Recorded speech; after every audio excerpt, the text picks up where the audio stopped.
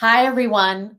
Welcome to this month's last Conversationality and the last really piece we're doing in our month of money here at Optionality. If you're not familiar with Optionality, we're a community for people who think that the future of work is now and that now of work is to have a more optionality driven life, more irons in the fire, more flexibility, and that's really where it's all going.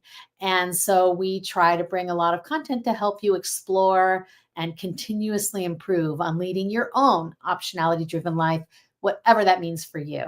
Today, I'm super excited to be joined by Janine Firpo and Firpo. Okay. And I am so excited to meet Janine because I've been reading her book, Activate Your Money. And it has really, I thought I knew about aligning money with values. I mean, there's a whole chapter in my book, Roadmap for Revolutionaries, about exercising your economic power and applying economic pressure and how to make I always call how you spend your money your economic vote. Um, Mhm. and and yet reading her book, I was like, oh, I never thought that could apply to like so many more things than I thought about. So, Janine, thank you so much for being with us today, and welcome to Conversationality. It's my pleasure. Thank you for inviting me. And I think I'm helping you close out your series, right? You are. This is our final. We've been telling a lot of money stories. Mhm. And today I really wanted to say, well, what do you do with those stories? How do you activate those stories and manifest? Um, Wonderful. But when I interview folks, most if you've seen me do this before, anyone out Mhm. there, you probably know that I like to ask about origin stories. It might have something to do with watching Marvel movies, but not entirely. So, what I'm kind of curious about your origin story is like, when did you become aware, super conscious that money is a way to express values? I don't think I did for quite a number of years in my life. So, how did you become aware of that and end up making it really the focus of your work? Well, you're going to like this because it's a very optionality kind of story. I started working in the early 1980s in the Silicon Valley in computer tech. This was before the internet was a thing. This was before personal computers were a thing. So I kind of go back a bit. And I've had a really great career there. And then in 1995, early 1995, I quit a job because I could and because I wanted to travel. And so I took this solo backpacking trip through sub-Saharan Africa for about 4 or 5 months. And when I left, I was in something called the CD-ROM and multimedia industry. And when I came back, this thing called the internet had happened. And so the industry completely changed while I was away. But when I was in India, I saw really unconscionable poverty. And because of optionality and because I had the opportunity to make different choices with my life, I decided that I wanted to find a way to work across sub-Saharan Africa and work on poverty. And so it took me about a year to figure that out, but within a year I was started a second career looking at the role that technology and business thinking could play in solving international poverty. And I did that career in international development for over 20 years. And because of that work, I was sort of a social entrepreneur before that was a thing. And I was living in the San Francisco Bay Area. As the dot-com era took off, there was a big crash, you might remember, at the end I of the do. I 1990s, do. early 2000s. And all of these young, mostly men who had been part of the first bubble had made a ton of money for that time, and had left their companies like eBay and um, I don't even remember what some of them were anymore, Yahoo, some of the early internet companies. They'd left them and they were thinking about what they could do next with their money. And they started these conversations about impact investing. And I was part of those conversations because of what I did in the world. And so that's when I became aware of, you know what, there's actually something different that we can do with our money. And although I was not rich, I was not like any of them, I'd made these big changes in my career. And I was like, I got to figure out a way how to do this, just being a normal person. And so I started on this journey over 20 years ago now. Well, that's part of what I loved about reading your book was that in my own story, I felt like I didn't. There was a period of time when we started Blogger. And by the way, my co-founder Jory is here and has a question, so I'm going to add her as soon as she comes on. I'm going to add her into our conversation. But when we started Blogger, we bootstrapped for 2 years, and I went through my entire life savings and took out a home equity line of credit. And by the time we got our first round of funding, I literally had, it was just, we're saying just in time. And but then we got funding, we started paying ourselves, I built back. And I always say when I did my taxes the first few years, I thought, oh, I thought I was more generous than this. I'm not really donating that much. And so I made a decision to do what I call a personal tithe of 10%. And it's tied to what I make. So if I make a little, because now I'm consulting and doing freelance and optionality. So some years I'm great and some years not so much. And it's really tied. So I can always feel like I'm giving what I think is the right amount of personal tithe. And I don't feel bad about it if it's not as much some years versus others, because it's based on a percentage. So I was able to do that even when I was making not that much. I could make sure I was doing that. So I really appreciate even thinking about like, where do you have your savings and checking account? I never thought of that in my life, that I could tie that to my values. But before we get into like that nitty gritty, you know, in the beginning of your book, you have these frameworks that you share to help people think about things. You have the personal money archetypes. And then you also talk about the UN Sustainable Development Goals, which I'm familiar with from doing consulting work with nonprofits. And I'm curious about frameworks can be really helpful to helping you identify things you want to think about. They can also sometimes be like self-fulfilling prophecies. You see yourself a certain way, and so therefore you kind of act in that way, or you get overwhelmed because there are like 13 SDGs, and they can kind of constrain your imagination. So how do you balance the way those frameworks are helpful and provide direction without having them become kind of cages? Right.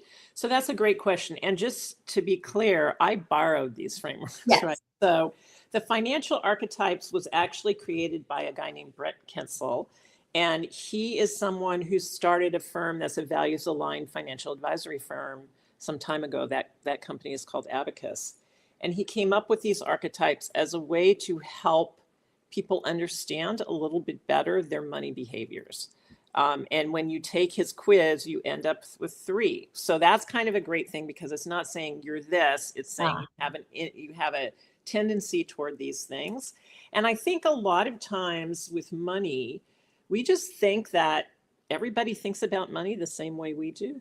Yeah. And they don't actually. So knowing that some people are scared to death and don't save and don't spend their money, which was me for a long time, and other people sort of get juice out of giving money away or spending it on other people, it's good to know that and can kind of know where you fall.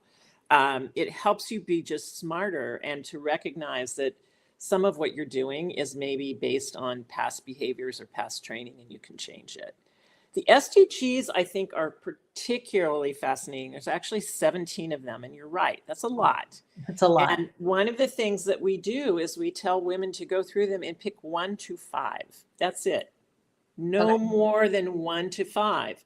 And the reason is because when we're looking at investing with our values, we're not going to get the perfect company. We're not going to get the perfect fund. We're not going to get the perfect anything. So we have to decide, what are the things that matter the most to us? Where are we going to lean in? And where are we going to be able to make choices? And so the thing that I love about the SDGs is they're so tangible. And they're actually things like climate, investing for climate change, or clean water, or gender equity, or sustainable cities and living, and no poverty. And so there are things that are very, very tangible and that you can actually find ways to put your money behind them. And they've become so popular Yeah. and known because they're being worked on by people all over the world. So you're part of a bigger movement. They've become sort of a de facto standard for a lot of companies in the values aligned investing space. Yeah, it's interesting to me how much your book really resonates with mine, because I have a whole thing I always say about triage your issues. You can't be an effective activist for I'm Yes. upset about 15 different things every day, but I can't Yeah. actually activate on 15 different things. No, Of you course, can't. I try to cheat it a little bit by saying, "Oh, justice. Justice is my overarching issue," but then that applies almost every SDG has an element of justice to it, whether it's environmental justice or gender justice or whatever. So I know that I'm kind of pulling a cheat there a little bit. Yeah, Um, definitely. I know. So we've spent a lot of time talking about our money stories. The money stories, I think, help you understand which of those goals you really want to lean in on, how what relates to, personally what you care about, what you feel the most drawn to or tied to. But it's how to turn that story into action and how to balance like honoring and respecting why you feel the way you do, your emotions that are behind our money stories, understanding ourselves. But it's that in between part about how do you turn that into making good decisions, tactical decisions about what to do with your money. Do Hmm. you feel like every person should have a financial advisor, that it's can you do this on your own? Um, do you have to understand and there were a lot of asset classes you explain in your book. And I'm like, oh, do I have to understand these all myself? It kind of, there's a little bit of like that moment of overwhelm between turning your story and understanding your story and what you want to lean into and like knowing where to apply it. So Yeah. how do you recommend people Yeah. think So, that? no, everybody does not need a financial advisor. I did not have one for a long time. In Okay. fact, you probably don't need to start thinking about a financial advisor until you have at least several hundred thousand, if not $500,000 in net wealth, aside from your personal property, before you go to a financial advisor. So it's just not worth it for you because you're going to be paying them a percentage of the money that they have under management. One of the things that can be helpful to people is to get a financial planner. So this could be a person that you pay a flat fee for a short period of time who helps you figure out things like asset allocation and the Hmm. types of investments, or just how you want to budget, how you want to asset allocate at this point in your life, how you want to do some of the preliminaries. And they may even help you think about some of the investments you might want to make, but mostly making those investments is up to you and managing those investments are up to you. And if you Where do you find financial planners versus financial advisors? So you would do some work on Google. We have some lists, and I'm doing something now where I'm trying to construct a list of some type financial planners. So I may have something I can share with you soon. But just look for financial planners. They're a very different beast than a financial advisor. Yeah, I'm not Uh, sure I really realized that. yeah, no, no, no. I There are kind of people who conflated will, yeah, help you with that. Just help you plan and help you do the strategy. them. Because if you don't have, at, hundreds of thousands of dollars or 500,000 or more, then you don't necessarily need somebody to manage the money for you. Particularly if you're investing primarily in public markets, Yeah. which would be cash, bonds, and stock, and you're investing in the stock market in funds and not in individual companies, then that's a lot easier to like manage. And I did it myself for a very long time. Do you have any experience with those? There's a lot of these, like I think I use at Schwab, this intelligent portfolio, which is kind of you answer some questions and then it does the asset allocation based on your profile, and it's sort of Right. it's more machine driven than human driven. I don't know if I would necessarily call it AI. It's been around for quite some time. Yes. Um, but it's based on you answering questions about your Right. money perspective. Right. It uses those kinds of things, use sort of, I think there's some standard beliefs around asset allocation. And just so that anybody who's listening doesn't know what that means, what asset allocation means is what percentage of your total net wealth do you have allocated to different asset classes? For example, cash is an asset class. Fixed income, which is bonds, or basically fixed income is loans, and it is shorter duration, lower interest, but often, if you pick the right things, stable and safer than the stock market. The stock market is another asset class, and there are sub asset classes there. So private investing, doing angel investing or investing in private companies, it's another asset class. Gold, another one. Crypto, another one, et cetera, et cetera, et cetera. Real estate, another one, right? Yeah. So how you choose what percentage of your money goes into each of these different asset classes is a really important thing to decide. And this is where a planner can help you. And as one person who helped me with my book told me at one point, a financial advisor said, the decisions you make around your asset allocation are actually more important for your long-term financial health than the things you invest in. Because you are making decisions that, like, oh, I'm going to leave 70% of my money in cash, which is what many women do. And that is like a very bad long-term strategy because you're actually losing money year on Yeah. year, That right? was such a great point you made about when inflation is high, which it has been now for a while, you're actually losing money from your principal every year because inflation is going up. If it's all in cash, Yeah. it's true. It's true even when interest is low.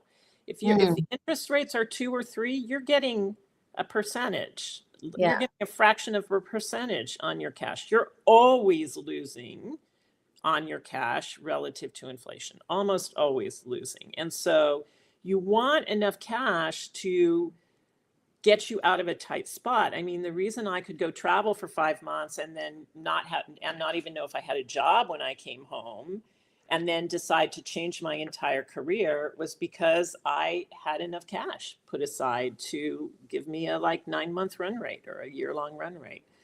So as long as you have enough cash set aside, then once you've done that and you've built your safety net for whatever catastrophic thing or choice you want to make in your life is kind of covered, you start investing the remainder of it. And so then how you allocate those assets really matter. And that's where a planner can help you. Cool. Part of what gets me I just had to go through this exercise where they ask you to look at what you answered last time about what you want your asset allocation to be. And part of me is like, doesn't everybody just want to have a nice return on their investment without it being too crazy, not violating my core principles? Just give me that. Tell me a little bit about how you self-assess for things like risk tolerance, or, I don't really know how to assess my risk tolerance. I think I'm not very risk tolerant, but a lot of people aren't, and a lot of people get really upset when the markets go down. So if you are an investor and you're really doing this for the long term, there's some really pretty simple rules out there. Then that's what these tools like what you're talking about are using. So they look at your age and they decide based on your age, oh, you should have an asset allocation. They don't even talk about your cash, which I find odd, but they will often say, oh, you're young, you should have 95% of your money in the stock market because you're young. Or you're a little bit older, so okay, you should have 10 or 15% in fixed income and the rest is in the stock market. Oh, you're a little bit older, oh, you're ready for retirement, then you should be shifting to an allocation where it's primarily in fixed income with less in the stock market because the stock market is more volatile, right? But what these things do is they're thinking about people without considering that our wealth grows over time, that at some point we may want to do more than just be in fixed income and the stock market. At this point in my life, I've only got 30% of my total assets in the stock market. That's it. Oh, wow. I'm not deeply invested in the stock market. For a lot of reasons, I'm not. So I have money in other things. I've got money in real estate. I've got money in private investments. I've got money in different kinds of things, and even like gold and metal and stuff like that. So as you get smarter about investing and as you have more wealth, then you want to diversify even more. And a lot of these tools that are in things like the big brokerage firms Yeah. or the robo advisors, they're not thinking about us that way. They're thinking about us as individuals who have a certain amount of money or not, and who need to fit into these boxes. So if you don't want to do a lot in your life, you can follow those box rules and you'll do maybe okay.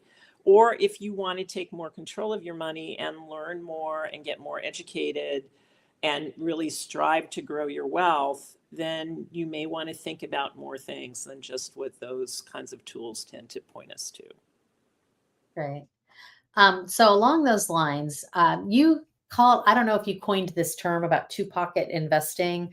Um, and you talked about something that I think a lot of us don't always think about, which is that we think, oh, the issues we care about, the causes, that's how we give. That's our charitable Mm-hmm. giving.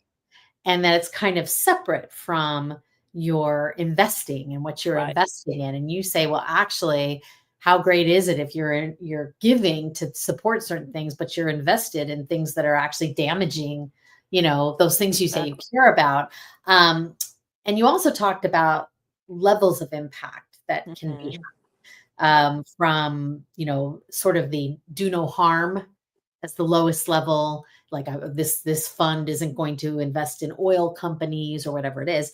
And so Jory isn't getting her devices connected, but her question kind of relates to this because one of the things we did this year, my spouse and I, that we have never done before, is we invested in a fund that supports underrepresented founders. So it's our first time being an LP. And so I kind of feel like that was trying to bring together the things I say I care about over here and try to support, and still hoping we're going to make money off of this investment. So talk a little more about this two-pocket investing and how to check your investments against your things you care about and how to find investments that may align with the issues you care about. Okay. Happy It's a to big do topic, that. I know. No, I'm happy to do that. So the two-pocket investing is not my terminology, Okay. but it really does talk about what you said. One pocket is for philanthropy, the other pocket is for maximizing the return on our investments. And here's the thing, in the world, there's between 0.5% to 1.5% of all the money is philanthropic capital. That is it. Wow. That is it. The rest is being invested for other things and purposes. So if you think about in your own money, like you're doing a great thing, you are tithing 10%, and I really commend you for that. I don't do that. And I'll explain why in a minute. I am not a great philanthropist, is what I've decided in the traditional sense. But when you think about what pocket of your money is having the most impact, it isn't the philanthropy. Yeah. It's what you're investing in that is really having the impact. That is really what is determining the world that we live in today. And so what I started to discover those 20 plus years ago is that my investments, I'd made these big choices to work on poverty, and I realized my investments were actually undermining me. They were helping create the very problem. I talked to one guy who used to be on the investment committee of a foundation, and he left. And part of the reason that he left was because what they were spending their foundation's money on was to eliminate deforestation and to try to preserve the environment through planting trees and all of that. But their investment portfolio was invested in palm oil, which is one of the biggest issues of deforestation in large parts of Asia. So their corpus was creating the very problem, and to a greater degree, more money was invested in deforesting than what they were using as a foundation to reforest. This is friggin' insane. I'm Yeah. sorry, but this is crazy. And this is what many of us do. So I think when I think about this, my goal is what I call 100% portfolio alignment, which means I want every penny I have invested in the things I care about. Now, I may never get there because I've been an investor for 40 years and I have some investments that have very, very large capital gains in them, like 95% capital gains. I may never get there, and many of us may never get there. But when I talk about this, I think there are ways to invest your values with your cash based on where you bank, Yeah. with what you decide to do with your fixed income, Yeah. what you do in the stock market, Yeah. how you make investment decisions like you just did in a private investment supporting women, small businesses, real estate, all of it. And I want to be really clear that what I'm talking about is not about giving up financial return to achieve those ends. Right. I don't do that. Now, I'm not a big philanthropist, I said, and I have made myself very, very wrong about that for a long time. But what I realized is I give in other ways. So I run a nonprofit called Invest for Better. I've been doing that for 4 years. I don't take a salary. Yeah. I don't take, if somebody pays me for a thing, I don't take the money. It goes to my nonprofit. And going back to your optionality, I can do that because I've set myself up where I don't necessarily need the money and I can make that choice. But me working a full-time job for free, that's a form of philanthropy, For sure. right? Your time, your talents, your skills, and your money. I should also add that I count in my 10%, I count political donations, which are not tax deductible. And I count all the various GoFundMe's. If someone tugs at my heartstrings, either a friend or sometimes strangers, and I donate, I count it all as part of that. So it's not all like charitable, like 501c3. But that's wonderful. And, I get that. I think that's wonderful that you do that. The other thing that I do, because I've gotten to this point, is I will make certain investments where I consciously know that I am giving up financial return. Yeah. So I will make an investment where I know I'm not going to get the same return that I could if I made another decision, but I'm doing it because I want the thing that I'm investing in to happen. So I'm taking bigger risks and I'm taking a potential hit on return, but doing it very knowingly. I only do that with a certain percentage of my portfolio, and the rest of it I'm investing for my values and for market rate return, and I'm getting it. Yeah. You made me realize I was thinking about, so I have a whole stair step CD approach I do with some of our funds we want to keep more liquid. And I just in the last year or so decided I was only going to buy CDs at banks in states that I would feel comfortable visiting or going to. And because of like my values, so I very consciously, and I've been looking at bonds, like municipal bonds. And I mean, that's really fascinating because you can support, those bonds are for things. I can support bonds in my own area. Like the Bay Area has bonds that right now you can invest in that are about Bay Area infrastructure. Yep. I'm very much into spending locally in these last number of years. Me too. But even the way you were bringing up savings and checking accounts and the different kinds of places you can put your money, because I'll confess, when I moved back to California from New York, this is 35 years ago, I started my accounts with Wells Fargo. Over time, I moved my mortgages away, I moved my retirement funds away, but I still have both my personal, our joint, and our trust checking account. Those are all still there. And part of me is always like, oh, I don't want to be there. And your book actually opened my eyes to, I actually could do something about that. And I'm not in any of that stuff anymore. So I'm divorcing Amazon. I used to be probably one of their best customers. I'm not kidding you. I bought everything from them because it was so easy and I worked so hard. And then I realized, you know what? I don't believe I don't buy into what they do, what Bezos does, none of that stuff. And I really want to support my local stores, and I want to support the people that I buy from, the brands that I buy from, I want to support those brands. So now I'm buying directly on those Me too. brand Yeah. websites. And I'm bypassing, I only use Amazon now for the very infrequent, like, well, this is one that's really going to be hard to find, or it's really super inconvenient. But I just don't want to buy into all of this stuff anymore. Oh yeah. I Too got on many people are that. getting left on the table. I got on that train 8 or 9 years ago. And actually, for me, before any of this current stuff, it was that they had a predatory business model that their board facilitated that tried to put entire industries out of business on price. And then as soon as they put bookstores, let's say, out of business, they raised their prices. So they're not even that, I just didn't like, and they were allowed to be unprofitable for years as a Yeah, public company because their board enabled that in order to grab them. I mean, there was their whole approach. yeah. So yeah, I've been on that train for a long time, and it helps to live near a little downtown where I can pick up most of the stuff I need. Yeah, and Um, it's not right for everyone, but it's what I decided personally that I I know want. people who live in rural areas or more far-flung areas feel like they really don't have the options. So I've heard that a lot, and it's everybody does what they can do, but to that point. And I always say it's better to do something than nothing. And I'm kind of quoting Colleen Patrick Gaudreau, who's a podcaster and author that I follow. Better to do something than nothing, just because you can't do everything, which I really agree with.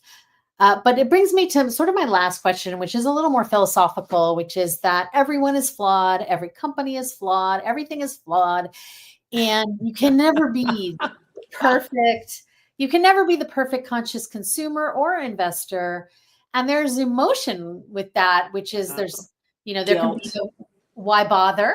Like, Yeah. there can be I don't know, how do you handle being unable to be perfect in this regard and to perfectly align with your values, which I know you've already said you're not there yet and you don't know if you'll be there in your lifetime. So how do you manage that, especially when it feels so important to be that? I mean, right now it feels so important to manifest our values, Yeah. so how do you handle that? So, because I realized a long time ago that perfect is impossible with everything. And I think one of the challenges that women have is we want to be perfect. We want to cross every T, we want to dot every I, we want to know everything before we take it. We really try.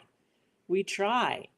And the truth of the matter is, you will never get the perfect bank, the perfect company, the perfect fund. Even if you're doing private investing and you like found a company that's run by a woman and you love her and you love what she's doing, inevitably she will do something that you don't like somewhere Yeah, along the line. So the goal here is not perfect, it's better. It's just better. Do better than what you're doing now. And all yeah, those little betters, they really add up. And it goes back to what we were talking about with the SDGs. And that's why we say pick 1 to 5, because pick one where that you want to prioritize. So if you find a company and your priority is, I don't want to be in fossil fuels, and it's doing great on that, but it's not doing great on gender, do you invest in it or not? Well, if the fossil fuel thing is higher on your priority list than the gender one, then maybe you do. And yeah, maybe you say, well, this investment is for fossil fuels, and I'm going to pick a bank that focuses on gender. So you can make different choices in different asset classes, or your bonds. You can say, because the thing about bonds that you were talking about, and muni bonds, municipal bonds, which support things in local communities, oftentimes those things, even though they may not say women and girls on them, they often yeah, help women and girls to a greater degree than they help men and boys. They just, like education things, often help girls better. So you can be achieving your goals even if you have more. I have 5 goals, and I achieve them through making different choices in different asset classes where I can. But I don't look at any one investment to do everything for me. And I don't think that any of us should be doing that. It just leads to frustration. And the thing is, we feel, and I've been there too. It's like I've had points in time where I've had significant amounts of capital sitting in cash. I knew I needed to move it. And I was way too busy to think about it. And it just sat in cash for 2 years while the market went up, right? So I get that. I really get that. But we just have to try. And one of the things that helps is doing this in community. It's why Invest for Better puts women together in small groups and has them go through a curriculum together, because it creates a space where you're showing up to think about this, a space where you're finding a community to support you and learning from other people about what they've done. And that kind of thing really helps. So, of course, I'll put the links in our show notes, but can you share where to find Invest for Better, where to find how to support your work, and where to find? I realize that your book is by my bedside. I should have brought it in here so I could hold it up, but I really recommend. It's just been very eye opening for me, and even though I've been spending the last couple of years trying to be more financially responsible for myself and aware, but you really it's so comprehensive, but in a really easily digestible, like I didn't feel overwhelmed. So thank you for writing that. My pleasure. But where can people find you, take part in what you offer, support your work? So the book is called Activate Your Money, Invest to Grow Your Wealth and Build a Better World. And you can find that on Amazon or wherever you buy your books. I always share bookshop.org links. Yeah, that's also an option. Yes. And that book is really, there's a lot in it, and it'll help you understand every asset class. It's kind of, here's the whole enchilada, and read the parts of it that are most valuable for you. Invest for Better is a nonprofit. You can become a member of Invest for Better for free.